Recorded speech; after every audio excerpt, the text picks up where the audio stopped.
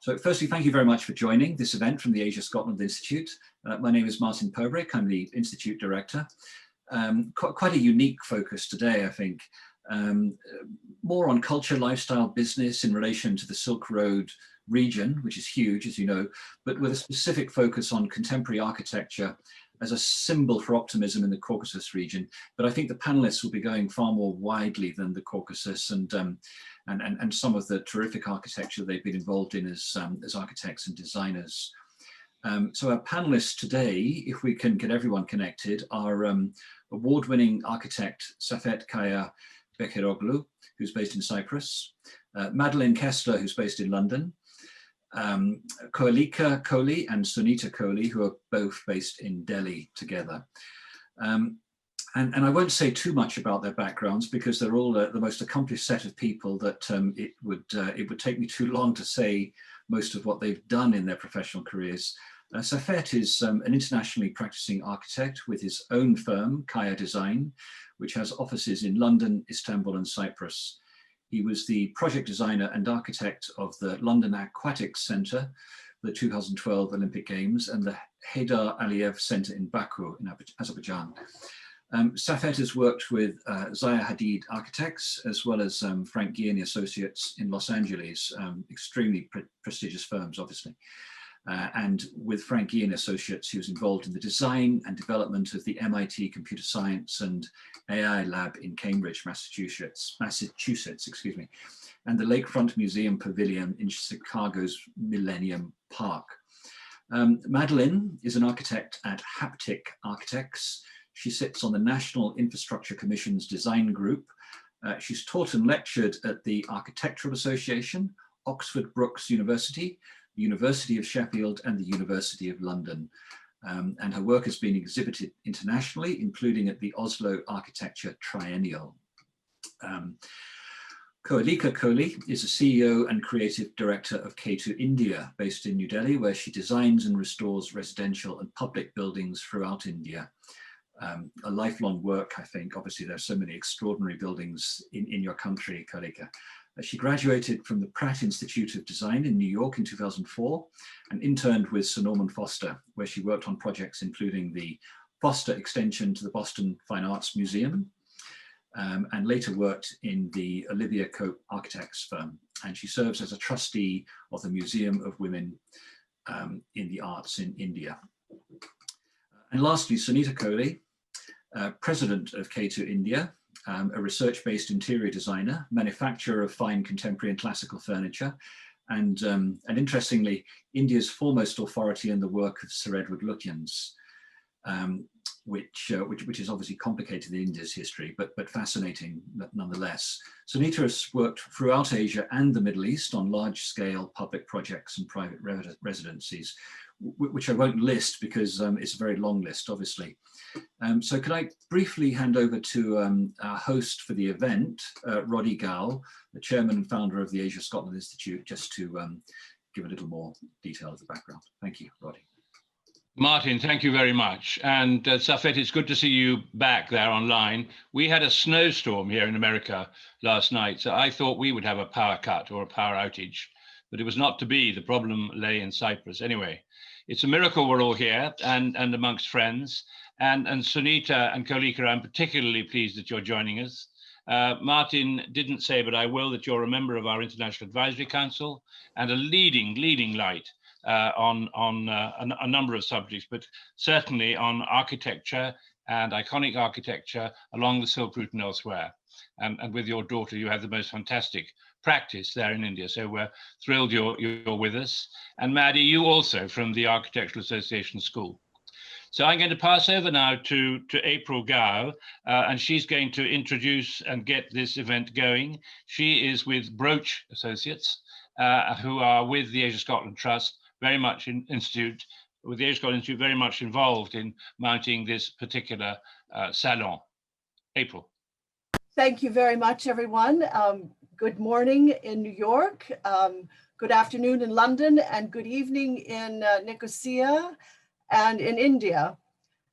This is an international event, and we're so delighted to have so many people joining us for what will be a seminal discussion on a monumental building in Eurasia, in Baku, Azerbaijan. Some 7 years after it first opened, Zaha Hadid's monumental, award-winning Heydar Aliyev Cultural Center in Baku provides a unique symbol of optimism and hope for the future of the region that is determining its way after it gains its independence from the Soviet Union in 1991. I'm so delighted that Saffet Kaya has agreed to take us through the project and to describe for us, both visually and through discussion, how the building came into existence, the inspiration behind it, the brief he received from those who commissioned the building, and just how important this building is for the region. Saffet, could I turn over to you now? Thank you, April. Hi, everybody. Hello from Cyprus, Nicosia. Yes, it's been 7 years since it's completed, and time flies.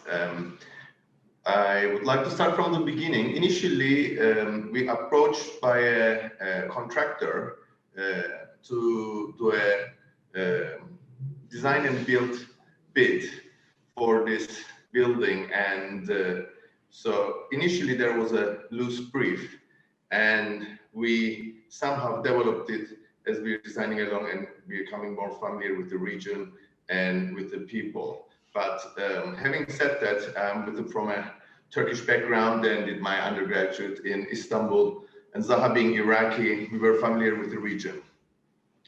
Project is a cultural complex, a public building, is approximately 100,000 square meters, which is built during 2007 and 2012. And initially, the site was a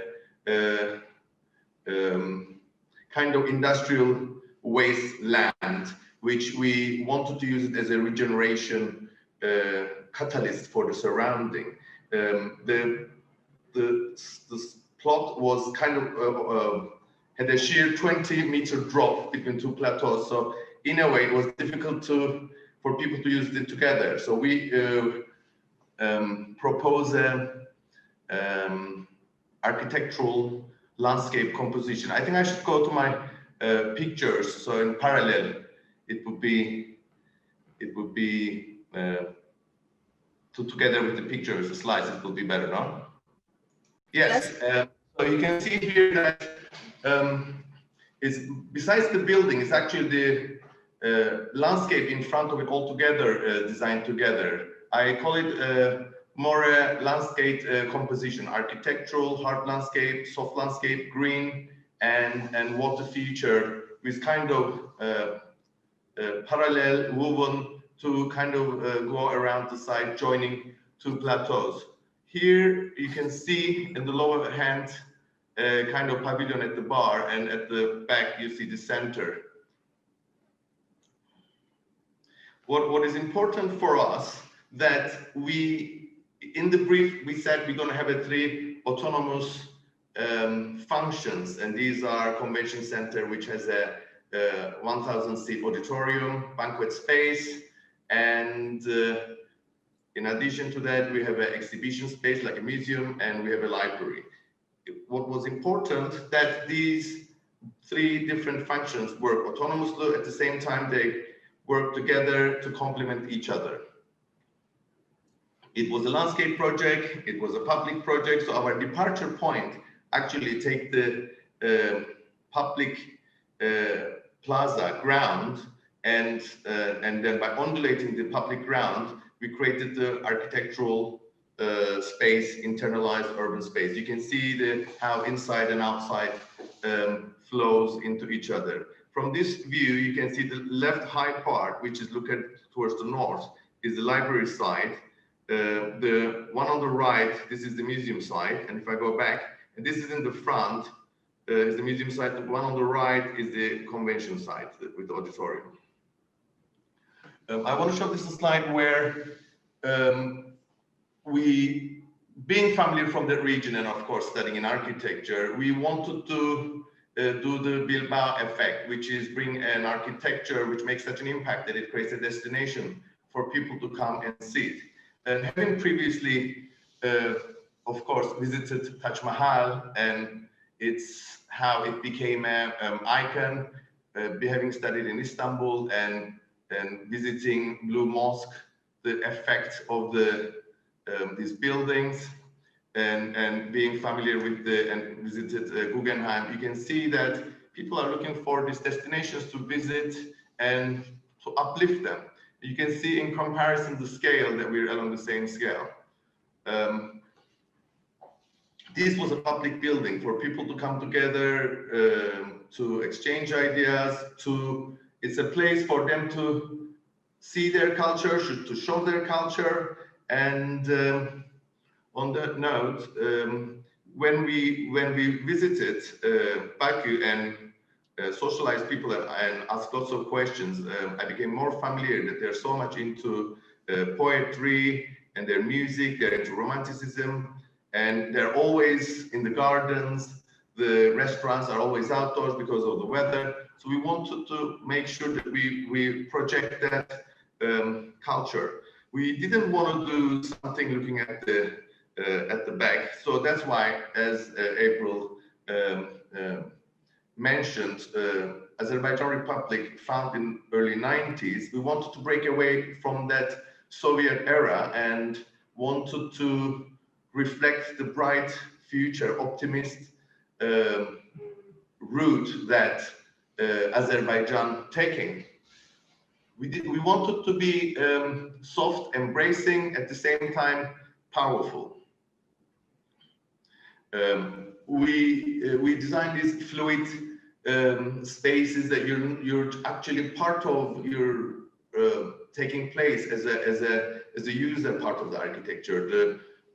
The slab takes and becomes a roof, and it becomes a column, it becomes a wall. So in a way, the landscape embraces you and takes you to different levels. The project is designed like an open field where these three autonomous singularities, the functions, can blur and expand to each other at the same time. With the time, as things change, then it can reconfigure itself. Within the center of the complex, we have a 1,000-seat auditorium. Initially, we started as a conference center, convention center for meetings to take place.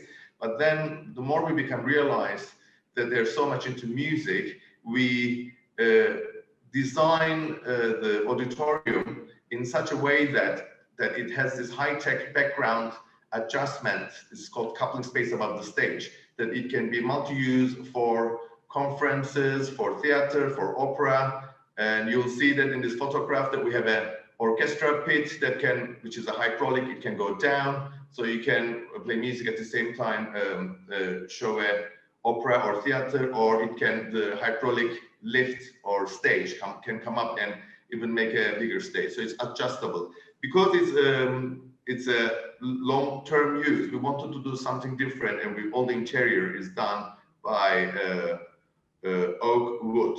You will see these ripples are all studied with the acoustician to maximize the unamplified sound as a reflector to reach naked sound from stage to the audiences.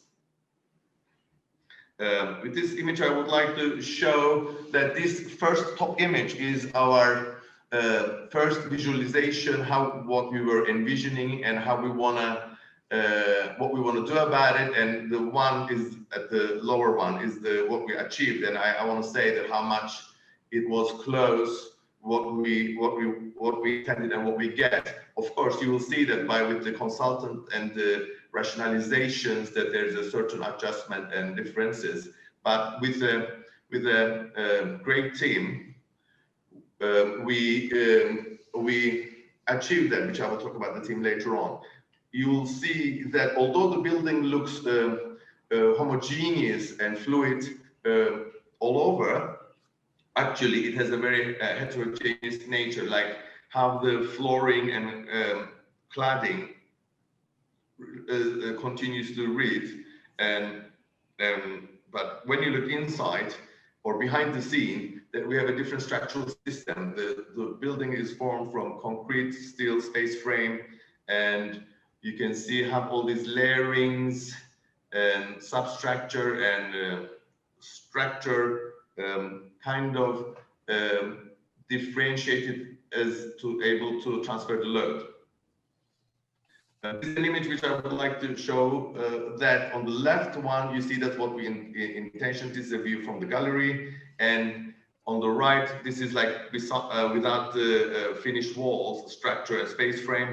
And this is actually in the middle, the gray scale, gray tone image is what's finally realized. And all this hard work, of course, is achieved by the communication with the different teams, different expertise, which was very exciting to be part of. And everything we use computing highly to be able to control and numerically control both design, fabrication, cost, delivery, and you can see how all these panels are all named and numbered and are released as an Excel sheet. So we had a very high, although it has such an emotional and visual and sculptural side to it, that it has a very high-tech background in making and in fabricating and in designing. And what I like, what's gratifying for me is that how it moves people, and people always goes and take funny photographs, interesting photographs, trying to relate their body movement to the building's movement. You can see in this picture, and it became a symbolic building. It became an iconic building for Azerbaijan public and many people, that they go in their happiest day and use it as a backdrop or take photograph. Which I always receive these photographs, which makes me very happy, because this shows that people embrace it and they want to eternalize with their photograph. Yes, I would like to talk about the team. It was a very international team that came from all around the world. Our design studio was in London, Zaha Hadid Architects, and our team was very international. You can see here that we had people from Brazil, Spain, Iran, Israel, Turkey, Cyprus, Texas, China, Korea, Canada, Serbia. So it was a very international team, and it was a labor of love that this work brought us all together. And it was more a learning experience for everybody, the consultants, which I want to give all the credits that that we, through communication, we work extensively, intensively together, and realize this building and share it with the rest of the world. And it was a great experience for me, and I'm happy, and thank you very much for this opportunity for me to present the project again. Thank you, Saffet, so much for that wonderful, wonderful overview of an extraordinary building. I'm going to just read a quote from Zaha Hadid. She said that it was an incredibly ambitious project for me. It was always my dream to design and build the theoretical project.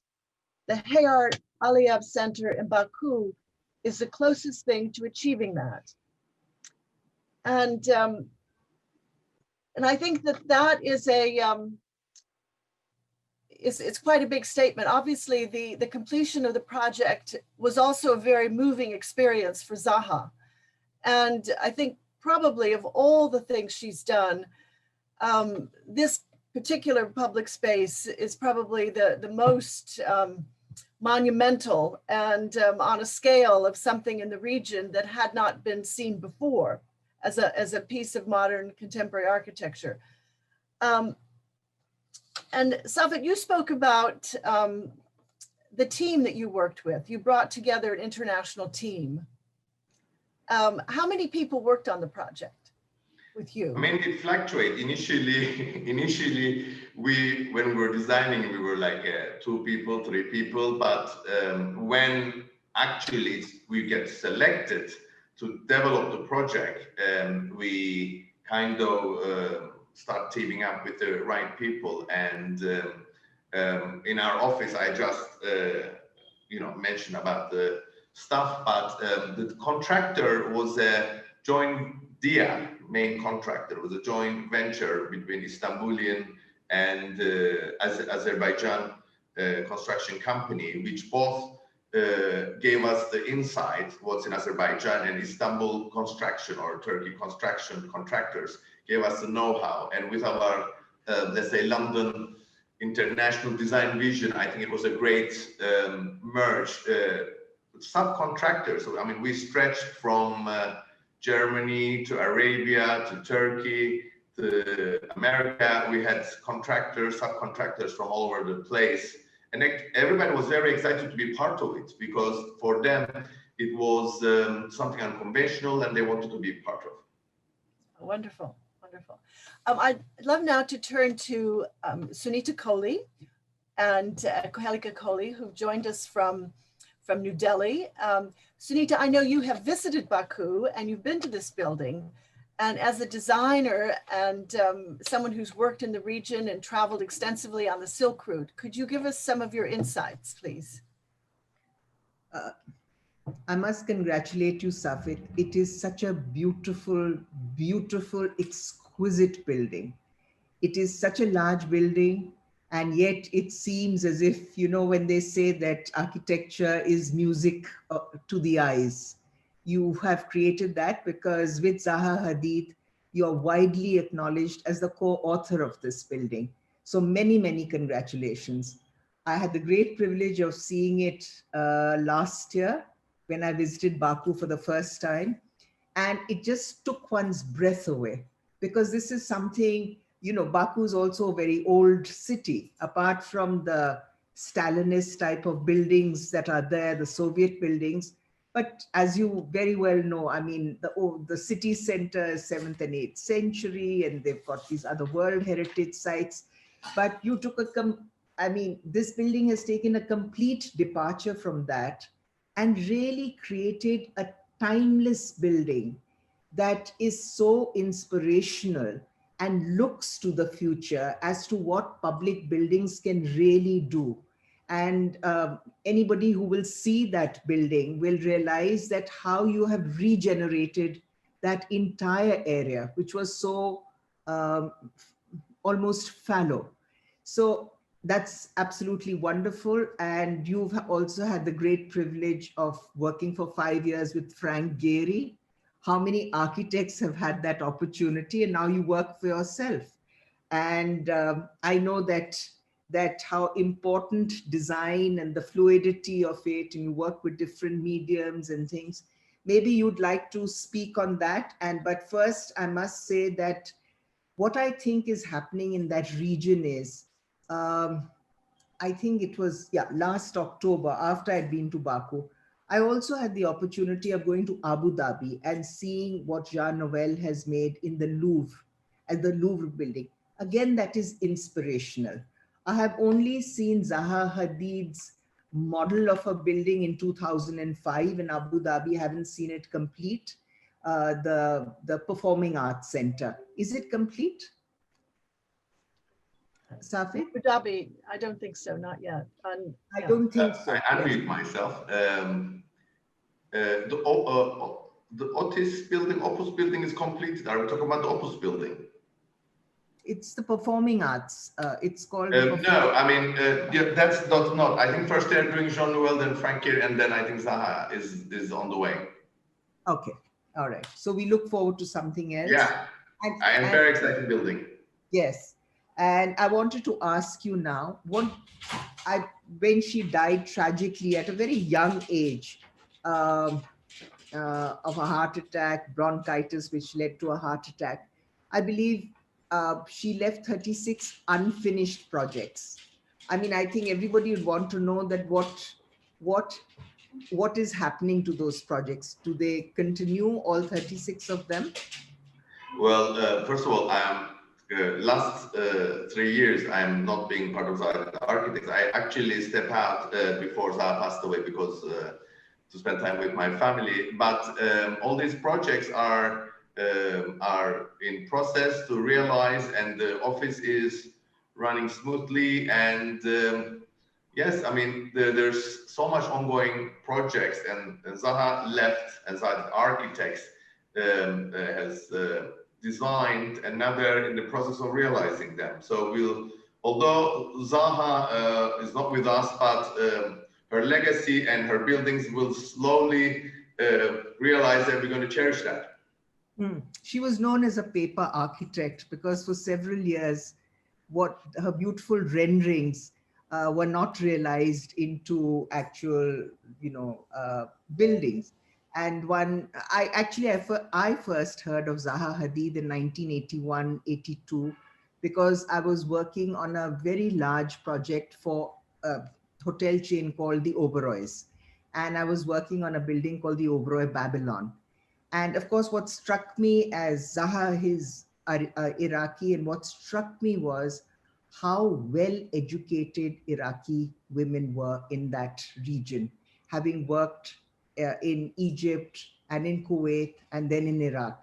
I was struck by that because the structural engineer of this large hotel was a woman. And that's the time when it just registered. The name registered, the name came up, but nothing further. And then it is really in 2006 when at the Guggenheim, one saw this amazing exhibition of Zaha's from top to bottom. Retrospective show. Yeah. Retrospective show. Guggenheim, New York. I was there. I mean, the show is over, but even for somebody to get hold of this catalog is wonderful, because she kept designing, kept doing these beautiful renderings. And then when she started, then everybody just wanted Zaha Hadid and what she could produce, because each building is so different, so unique, and really sets its mark on the landscape. So I was so fortunate. Zaha had a great vision. I think she was ready, but the public or the client or the people to give to appoint her wasn't ready, and I think it took a while for them to catch up. And I think with the 80s and 90s, with this, I was saying that with the Frank Gehry and all these one generation before architects start realizing this kind of signature buildings, and people realize the regeneration factor of it, then I think it became easier for Zaha. But I mean, I don't see paper architect. That's, it was just a medium for her to reflect her vision, and she was very inspiring. And I think all the people who did not realize Zaha's designs must be regretting it now, because with what she is. Probably, yeah. I mean, I was very privileged to be part of it, and it was a great experience, and for everybody, for the world, for the woman, for Middle Easterns, that she set the standards very high. That's true. Saffet, I want to Kohelika. Sorry, April, you were saying. I was going to say, Kohelika, please tell us what you have on your mind. It's wonderful when governments give this opportunity to architects, to construct buildings which become such a core part of the culture. And Saffet used the word like a catalyst, and I so agree, because especially when you were showing the slide of the Taj Mahal and the Hagia Sophia and St. Paul's Cathedral, it's one really understands what you were trying to do here and what you were trying to create here. Having been to Hagia Sophia many times, by the way, Istanbul is, having studied in New York, Istanbul is one of my, it's either New York or Istanbul for me. I love those two cities, and I have to return once a year because it does something to you emotionally, not just because I'm an architect, but also as a human being. I think there's something beautiful that happens there. But Saffet, I wanted to ask you, I had the privilege of studying architecture in New York between 1999 and 2004. And the only building at that time one had really known of Zaha's, quite honestly, was the building that she had done for Vitra. And even at that, we were in awe with what the structure was actually doing and how it was coming about. Of course, like you said, one had known Frank Gehry and what the Bilbao Museum had done for the city and how it was bringing in people in because of this one monumental building that had now been constructed. But I wanted to ask you, as someone myself, and I'm very intrigued because Zaha Hadid was known not just as an architect, but a jewelry designer, a furniture designer, and she seems to do so many experimentations. And I know you yourself have designed furniture as well. And how does all this come together when you start doing public spaces, this designing in different scales? What does it do for you functionally as an architect and also emotionally as an architect? I think maybe there's always a discussion if Zaha is an architect or if she's an artist. It's not. I don't think people always try to put one into classifications. You can be all. I think maybe it's all about the grace. You can, and I always say if urban designers think more like an architect, and if architects think more like an urban designer, and life is going to be much more easier. I think beautiful spaces, right? All the way through. Break away from these classifications. It's a matter of scale, and you should see it more like a lifestyle, more than how you experience it. What sensation does it give it to you? And how you perceive it. I think the approach is different. So you used a beautiful word. You use landscape composition, and yes. I think that's so wonderfully put, especially when you look at the architecture of this building, because it's really not just about the building. It's really not just about the building. I mean, the building is probably what draws you in, but everything else is, I mean, what really the experience is about what's happening all around it. And it's beautifully how you put it. Well, I think, you see, coming from Cyprus, and which is very outdoor oriented, 9 months, we're always outdoor, and Istanbul is like that too. It's very outdoor city. And being in California, in Los Angeles, I studied, you realize that you should consider and develop inside and outside together and break this threshold. So I think, coming back to your earlier question, Zaha is was more like a creator or more like a mother. She was bringing everybody together. I mean, we were both international, coming from London with this American education, but at the same time, we were local. So, I mean, when you met with Zaha was like a cultural attaché for all these differences, all these minorities as well. Zaha was a very unique case, and she blurred what is professional versus personal. Everything was very personal. So in a way, that's why it's all made with so much love, and our designs is more like, we weren't going with the conventional let's say thought, but if we reinterpret, or what is our take on a product, on a chandelier, on a chair, on a jewelry?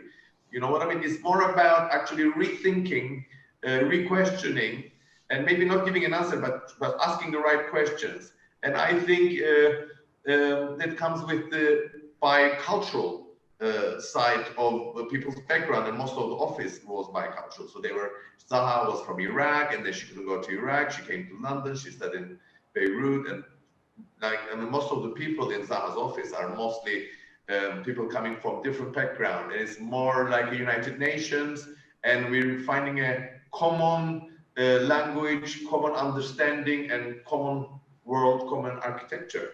And that's what we could try to communicate as part of our work. Do you think, Saffet, the fact that she did her undergrad in mathematics, because there is what is so fluid, but she's known to have a very strong methodology with how she works. I mean, obviously, structures like that cannot be just, on paper. They have to be thought through structurally, mathematically. Do you think all that helped? And also the way you work, where, the geometries are so strong in each and every one of Zaha Hadid's buildings. They're all different. They're very strong, and they create absolute and sheer beauty when they're completed. Well, I think that's very interesting what you're saying. I think there's a visual communication to it. At the same time, mathematics, music, architecture are all like a relevant disciplines to each other. And I think this spontaneous Middle Eastern intuition kicks into. And I want to talk about a little bit here on calligraphy. I mean, like when you look at the Roman alphabet, it's ABC, and the way you order it makes a sentence. But in calligraphy, how they write it is very picturesque, very ornamental. It's very fluid, very like a landscape. So when you look at like Asia, that like, there's this signifier and signified. So I think I think it goes way back to DNA and people's what they have in their DNA as well, because it's a different approach how the mind works. She was great in delegating. She was natural to it, and she had a good intuition, and she was hyper aware, and we always had a argument discussion on the way to somewhere, and like, should we take this route or should we take the other route? And Zaha was always say, "Oh, my math is very good if you go follow this road. It's that is the diagonal, and the other one." So she was always bringing that mathematical side of her to it, but it was more, I think, intuitive. I'd like to bring in Madeleine Kessler now. Maddie is involved with big infrastructure projects and is the co-curator of the British Pavilion for the next Venice Biennale. And it's all about public spaces and infrastructure. And Maddie, could I ask you to? Yes. About that? Yeah, no, thank you very much. Great presentation, Saffet. It's just an incredible project. I've never seen anything like it, like with all the complex geometries. And I think what was just touched upon now was such an interesting and important conversation about how we're often too prescriptive with the language we use. And we kind of put architecture in a box, like an architect must be this, a building must be this. And I loved how you spoke about it as a landscape. And I think I'm really interested in how it's sort of part of this. Well, Baku itself is part of a wider network of the Silk routes, sort of an ancient set of trading routes across Asia, sort of connecting China to Europe, which, like, once these routes and these cities were like the center of this huge transnational, transcontinental economy. But with the onset of shipping and other things, suddenly a lot of these cities sort of fell by the wayside and became more isolated. And so I found it really interesting when you said your starting point almost was to have this Bilbao effect where you bring people back to this city. And I suppose I'm really interested in whether the building has sort of been used now in a way that you expect. Like, has it been successful, do you think, in bringing people to Baku? Like, is it are local people using the building as well as tourists? Like, is there anything that sort of happened that is unexpected with how it's used that you never would have predicted, but is like quite amazing? I suppose you showed the wedding photography, but I don't know, like if there's any kind of surprises, I suppose, in how it's been embedded in the urban fabric, and also whether you think that a building like that could be built now. Like, do you think it's if you were to start again now, would you still do the same thing, or would you change things somehow? Just really interested to know. Thank you. Thank you, Madeleine. Such a nice question.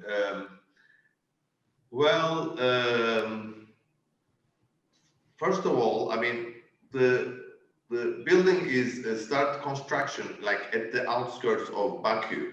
It was not in the center, but the city grown and that area is so regenerated now that it totally changed the setup in the neighborhood, and that was something very exciting for me. And it's a building that as you're arriving from the international airport, it kind of greets you, and it's on the way out, it farewells you. I like that effect.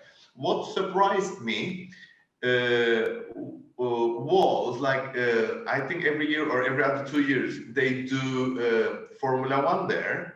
And I went once, and they turn, like, let's say 2 levels of the parking lot, which is underground, into a car exhibition.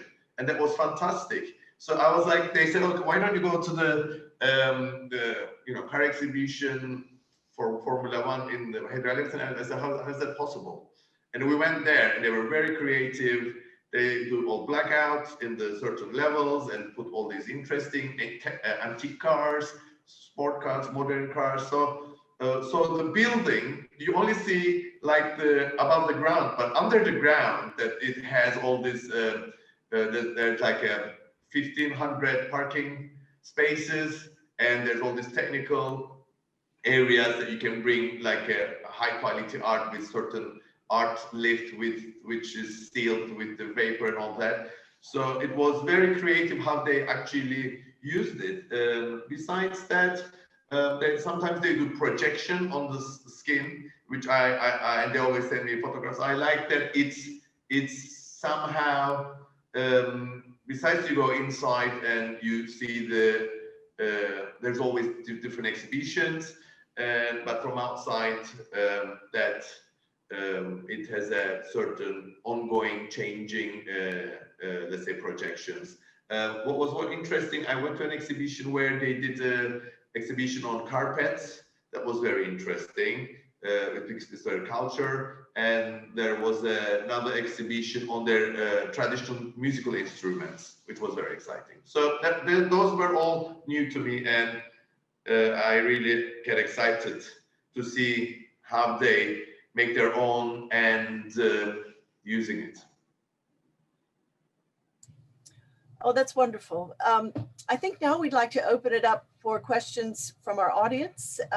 And so, Andrew and Martin, if you could please bring in our questions. Sure.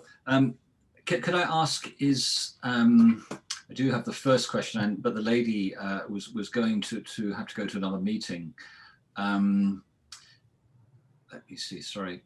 Perhaps could we first go to Elizabeth Linder? Elizabeth asked me if I could ask a question for her, if you don't mind. And I think it's to any of you, but specifically to the project in Azerbaijan. Did the team do any research of the cultural and architectural heritage of Azerbaijan itself? And how was this reflected in the building? Safa, would you like to say something about that? Yes, first of all, I need to, maybe I didn't emphasize previously, I am Turkish background, I'm Turkish Cypriot, I studied in Istanbul, I know lots of Azeri people, we're all like a part of a Turkic, let's say, bigger circle. And yes, we visited the site, we had friends, we talked, and I remember talking with the people, and somebody told me that it should be romantic, it should be like a bride. And they said, we like romantic things. I don't know if you know, there's this very famous poet Nazım Hikmet. He always does this. He was living in Baku at some point, and he was writing about Baku, about the Caspian, and at the same time, we wanted to, it was not about actually reflecting what they have, but it was more about knowing what they will appreciate in their palette, and then actually bring something different, more futuristic, more optimist, something which they're not familiar to, something unique. And I think that's what was the success about it, if you think it's successful, because if you repeat and do something predictable, I don't think that was going to be interesting. I remember, like, this is a very short story, but I remember making all these landscape walls fair face concrete, and the lady came and asked me, so what are you going to clad this with? We have these nice tiles, like it can be like this. And I said, no, it's going to be fair face concrete, and they couldn't believe that we're going to leave it raw and fair face concrete. So that's what I'm saying. In a way, we were kind of local, but we were kind of international to be able to do that bridge. April, I have another question from a lady called Belinda, who sadly had to go at 3 o'clock, but I promised her in the chat that I would follow up with an answer to this question by email, so I'll be held to account. So I think it's quite a different question, if you don't mind, from Belinda. How is the building heated? Is solar power used? How ecologically forward-looking is it? Well, I'm not a mechanical engineer, but we have all the mechanism to heat it. And we, at some point, we thought if we should do natural ventilation and all that, but because it's a museum and you need to have a control of the humidity, and that it needs to be sealed, and we couldn't take unfiltered air. Another thing is that Baku has these oil particles in the air. So that's why we wanted to use mechanic ventilation and heating. I apologize for asking a mechanical engineering question. No, okay. We initially thought about doing a natural ventilation, but if you, let's say, exhibiting an artwork, that it needs to be in a certain temperature, certain air, and it needs to be controlled. So yeah. I think we do have a participant live who would like to come on, one of our regular attendees, Sunil. Thank you very much. Would you like to put your question directly? Thank you, Martin. Thank you, Roddy. Thank you, April. First of all, I congratulate the Asia Scotland Institute for bringing together a predominantly female panel to question Saffet on his excellent work. And of course, you're discussing the work of another prominent female architect, Zaha Hadid. So I congratulate you on that. It's a pleasure also to see Sunita the second time. And I'm sorry, Sunita, that the Lutyens Delhi will be changing in the near future, but that's another story. And I completely agree with Kohelika about Istanbul. It is the center of the world, and it's a melting pot, and everybody can find their heart there, or culture there, or whatever. And of course, Madeleine's question about public usage. But my point was, I had two questions. One was to do with, how does one feel? How does as an architect, when somebody has their whim and they bring on something which doesn't belong there, or they just do it because they have the power to do it, number one. So, not regarding culture and heritage and all those kind of things. And the second question has been partly asked by Belinda. How environmentally friendly are the modern buildings? Because we had a period, when we had this glass and steel architecture, which all needed air conditioning and central heating. And that wasn't terribly good for the environment. And now people are talking about zero carbon buildings and so on. So, because you're all experts, I just wanted to know your opinion on those two questions. Thank you. And you're asking the question, I guess, to ladies, which no, all of you. Saffet, of course, you're the main man. I feel like I'm talking too much. No, I think. I'm sorry. You're the main man, but what I'm saying is that the question is to all of you, but you are the main. Yeah. But first of all, I should say, the work. I'm here presenting as a project architect and designer, but I think it's the Zaha Hadid Architects work, and we were a team. And in our team, we had lots of strong ladies as well. And I would like to say hi to them from here. They know who they are: Sarah, Liat, Denise, Yelda, and Lily. And so it was a teamwork. And having said that, I don't think you need to build something there. So of course there's always a risk and you're nervous, but you need to able to have a good sensation, have a good intuition, and you need to have a good understanding of the culture. And it was, as I was explaining, and not being from that far away from the culture. Like when I go there, I went initially. I went with which was very which touched me a lot. When I went with a friend first time to visit Baku, and I went with another colleague called Fulvio, Italian, and all the Azeris were asking, "Oh, so where are you from?" to the Italian guy, and he said, "Oh, I am from Palermo. Da da da da da. I'm Italian." And I said, "Oh," I said, I am, not from here." He says, "Oh, you're Turkish. You're one of us." So they weren't interested because I was one of them. You understand? So in a way, that shows how much that there is this unspoken connection and culture. And yes, of course I was nervous when doing. It was very daring and it was very risky to do something like that, if people like it or not. But it wasn't. We did the building for the people. We didn't do the building for the architectural discourse. It was more about people embracing it and loving it and be proud of it. And some people said, "Does Baku needs this building, or should have been here or there?" And I think it was actually these kind of places needs these kind of buildings more than anywhere, because it brings another perspective. It's a building for them to show their culture, and to the foreigners who's visiting, and to their young ones who is growing up. So on that note, yeah, I think it was risky. I was nervous, but we were a team, and we thought this is the right way. At the same time, I remember having a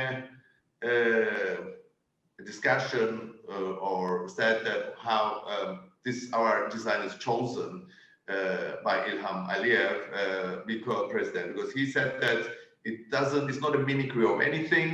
It's unique. There's nothing like it, and that's what we like about it. Saffet, I just want to add something here. I was reading something. I think this is something that these are your words, where you said the building reflects the fluidity of traditional Azeri architecture. They have floral patterns, and all this ornamentation runs from the flooring to the walls to the dome. So we wanted to do that in a contemporary way. And I think you've put that so beautifully, because I don't think there was a place for the Taj Mahal when it was built. And I think it's, and I applaud architects who are futuristic and who come up with designs where the understanding of a culture is completely different from the norm. And the way you worded this, and when I read this paragraph out to my mother as well, and I said, I think it's so beautifully put by you. Well, thank you very much. I mean, you see, the thing is, people think if they're doing something in the Middle East or in that region, they just put this like a pattern, like an Arabesque pattern, and they think, oh, it's now we're regional. No, that's not the case. If you go deeper inside, if you look at the carpets, all these floral patterns, or in the mosques, all this like chini, we call it, the paintings of the tiles, which is called the infinity, all over the place, flowing from the ceiling to the walls and to the floor like a carpet, which represents actually the Eden, the infinity, the garden, infinity, and sublime and happiness, all that. And so we didn't want to bring ornamentation in a graphical level, but actually wanted to bring that infinity and fluidity in spatially, and that was the minimal approach to it. And thank you for noticing that, because when I explain it, people sometimes think it's far-stretched, but there's a like lying thought behind it. How all these the sensation in a way is a contemporary projection of it. So this amazing building has become a destination. You alluded to the Bilbao Effect, that the Frank Gehry Museum in Bilbao put Bilbao on the map, so to speak. And clearly this monumental, magnificent building on a scale of St. Paul's Cathedral or Hagia Sophia or the Taj Mahal has attracted worldwide visitors, and has encouraged the region to look at an optimistic future. So with all of these wonderful ideas, you know, for Baku, the contemporary architecture, the historic buildings, even the ancient buildings, it's a new city, really. It's got a great future, and this building has really permanently made that possible.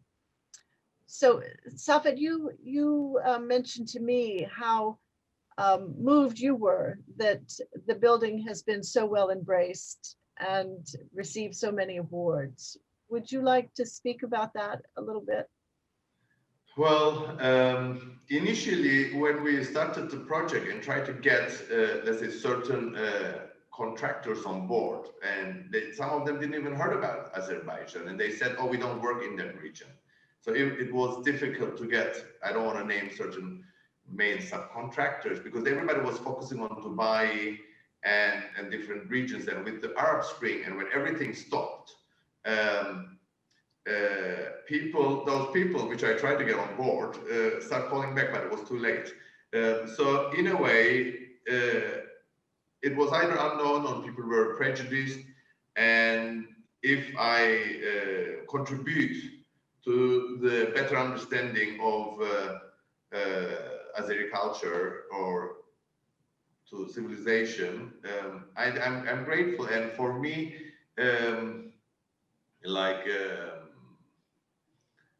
having been embraced and so much loved this project is a very humbling experience, and with all my colleagues as well, because maybe we were too young and we weren't taking ourselves seriously, but we were taking our work very seriously, and we had all this energy, and with the right people putting a nice team together, one realizes that what one can put out there and that it connects to people and is loved. And for me, it was a great experience because I built a big, as a young architect, confidence. At the same time, it's very humbling that it receives so much love and attention. And I wish I visit Baku more often and make it part of my daily life.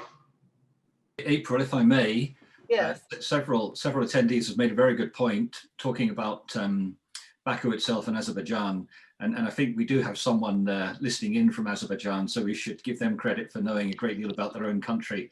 Yeah. And Vafa has pointed out that that Azerbaijan, of course, is a democratic secular republic, and that people will be very welcome to visit after the pandemic restrictions are lifted, which hopefully will be soon. So we do appreciate that, Vafa, because several people asked about visiting your country and wanting to see this wonderful building, obviously. So it will be soon, hopefully, after the pandemic restrictions are lifted. Yes. Maddie had a question, I think. Maddie, I saw your light coming on. Yes, no, I really love how you talk about the culture of not just the place Azerbaijan, but also the culture of the design team, the culture of all these different countries sort of mixing and coming together. And I think something I found personally when I've traveled or lived abroad is it makes me understand my own culture and where I'm from in a whole new way, as well as understanding something new about the new place. And I was wondering if sort of working in Azerbaijan had sort of changed the way you also viewed things you might have taken for granted from your own culture, and if that had, I don't know, somehow informed your work sort of going forward. That was for me, right? I think people were very friendly, very loving, and I realized that living in this metropolitan urban lifestyle, I think, makes people much shorter with everybody. And then I realized that I missed that, and that was for me interesting. they have a very interesting jazz scene, which we became very familiar, and in a way, it was interesting for me to observe how Turkish background, but they have this more Soviet overlap as well. That how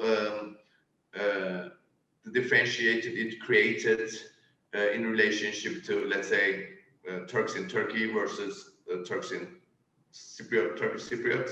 So that was interesting. And I think it's nice to be part of something which is emerging and setting up a certain standard. So I feel very privileged, and they were much more humane, and I sometimes think, oh, should we have done hospital, or should we have done school, or should we have done another kind of public building? But at the same time, I think this was the right decision to do, because once I visited, and they were bringing elementary school kids, and they were coming and seeing all their culture, and they were very proud to show it to their visitors, and that was very touching for me.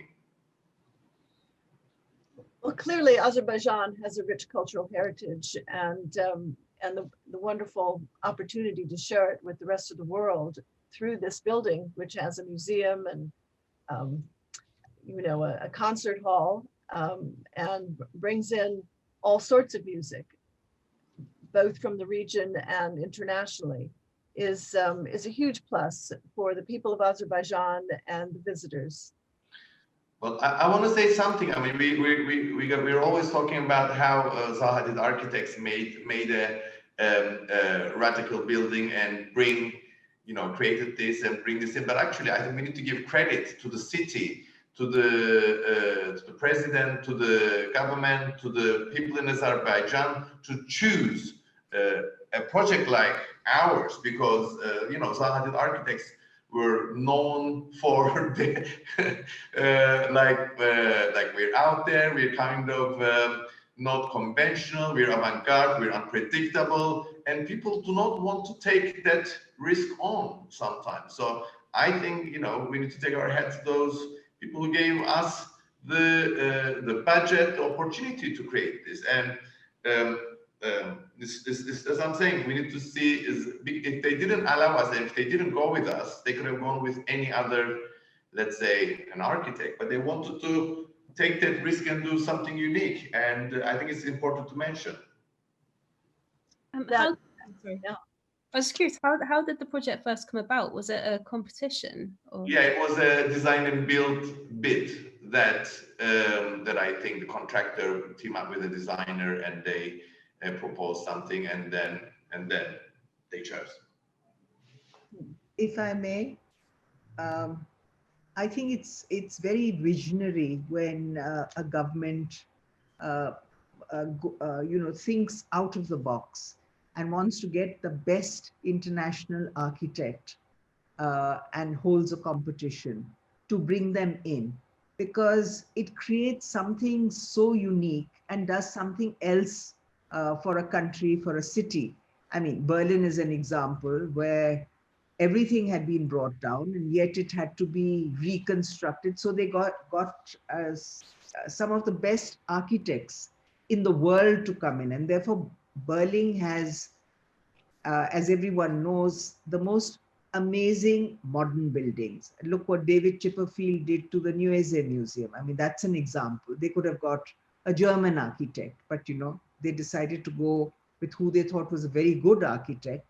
And like the cultural center, that can also, the Neuese Museum also becomes another destination museum to visit because of the beauty of the museum. So I agree with you. Full credit must be given to governments who choose. Definitely. Because Zaha, actually, as I'm saying, that it could have been, because this was in 2006. Zaha wasn't established as a building architect, and yes, she got the Pritzker Prize in 2004, I think, and that was the era that like the 2012 Aquatic Center, but it didn't complete it till 2012. So it was early. Zaha Architects hasn't proved that they're both good designers and realized this building. So it was still risky. So that's important to acknowledge. April, I hate to tell you that it seems like 10 minutes, but it's well over the hour, and I wonder if you'd like to ask guests if they have anything closing to add.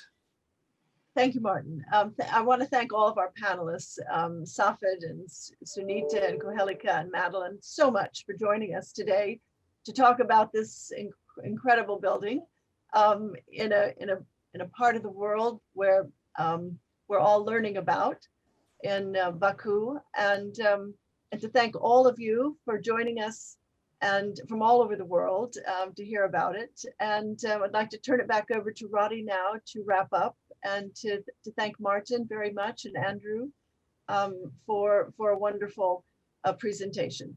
Thank you. April, thank you very much indeed, and to all of you who have participated. I think we've seen the part of the world, or parts of the world we're interested in a completely different light, from a new angle. The power of creative architecture to enable people to think about their futures as their interrelationship with each other. And these iconic buildings, starting in Baku, but elsewhere on the old Silk Route, show the way in which people working together constructed these amazing buildings to inspire and encourage others to work together.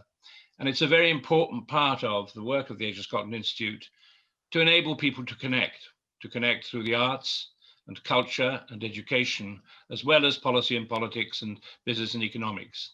And so we're so grateful to you as the creator of this amazing work in Baku for talking to us about it, and the other experts on the panel, all of them, for their views and observations on what you've done. And so on behalf of the Asia Scotland Institute, I would like to thank Broach Associates, who've helped put this together, and people from many other organizations, such as the Architectural Association Schools, for participating. We've had a very interesting start after a rather rocky beginning, and it's been a great privilege to have been part of this salon. So thank you all very much. And it may be our last opportunity to wish you a very Merry Christmas or a happy holiday wherever you are. And I'm sure in thinking about the new year, it will be significantly better than the one that we're going to be leaving behind. So to all of you, the very best wishes, and thanks for your support on this particular session, and look forward very much to staying in touch. Thank you. Bye-bye.